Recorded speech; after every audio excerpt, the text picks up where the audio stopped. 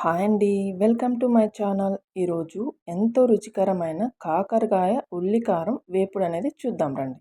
ఇది చాలా టేస్టీగా ఉంటుంది. చాలా సింపుల్గా కూడా మీరు ప్రిపేర్ చేసుకోవచ్చు. ఇది నాకు మా అత్తమ్మ అనేది నేర్పించింది. మీకు కూడా ఎలా చేయాలో చెప్తారండి. ఇలా ముందుగా ఒక పాన్ అనేది పెట్టుకోండి. 4 టేబుల్ స్పూన్ ఆయిల్ వేయండి. వేసిన తర్వాత ఇలా సన్నగా కట్ చేసి పెట్టుకున్న కాకరకాయ ముక్కల్ని కొద్దిగా వేసి ఆయిల్లో అనేది వేయించండి.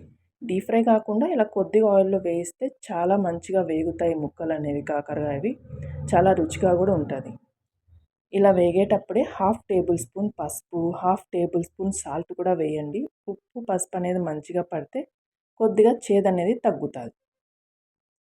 ఇలా అప్పుడప్పుడు వేస్తూ మధ్యలో గరిటెతో ఉండండి, బాగుంటుంది. ఇలా కొద్దిగా వేగడం స్టార్ట్ అవుతుంది. ఇలా పూర్తిగా వేగిన తర్వాత మనము ఒక ప్లేట్లోకి అనేది తీసుకోవాల్సి ఉంటుంది.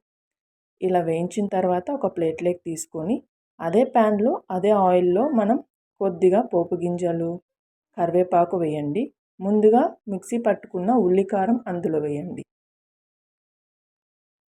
వేసిన తర్వాత వేయించండి. ఇది పచ్చివాసన వెళ్ళే వరకు ఉల్లికారం అనేది వేయించండి. ఇలా వేయించిన తర్వాతనే మనము ముందుగా వేయించి పెట్టుకున్న కాకరకాయ ముక్కలు అందులో వేయాల్సి ఉంటుంది. ఇలా ఉల్లికారంతో కాకరకాయ ముక్కలు డిఫరెంట్గా చాలా టేస్టీగా ఉంటుంది. మీరు ఒకసారి ట్రై చేయండి, చాలా బాగుంటుంది. ఇలా నూనె పైకి తేలే వరకు ఉల్లికారం అనేది మనం వేయిస్తూ ఉండాలి. మీకు ఏమన్నా సాల్టు కారం తక్కువ అయితే కనుక ఇప్పుడు యాడ్ చేసుకోవచ్చు. నేనైతే లాస్ట్లో యాడ్ చేశాను. ఇలా ఉల్లికారం మంచిగా వేగిన తర్వాత మనం ముందుగా వేయించి పెట్టుకున్న కాకరకాయ ముక్కల్ని అందులో వేయండి.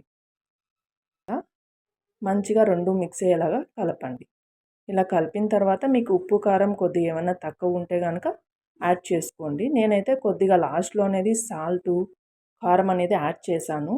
ఇలా ట్రై చేసి చూడండి, చాలా కొత్తగా టేస్టీగా అనేది కాకరకాయ ఉల్లికారం రెడీ అవుతుంది.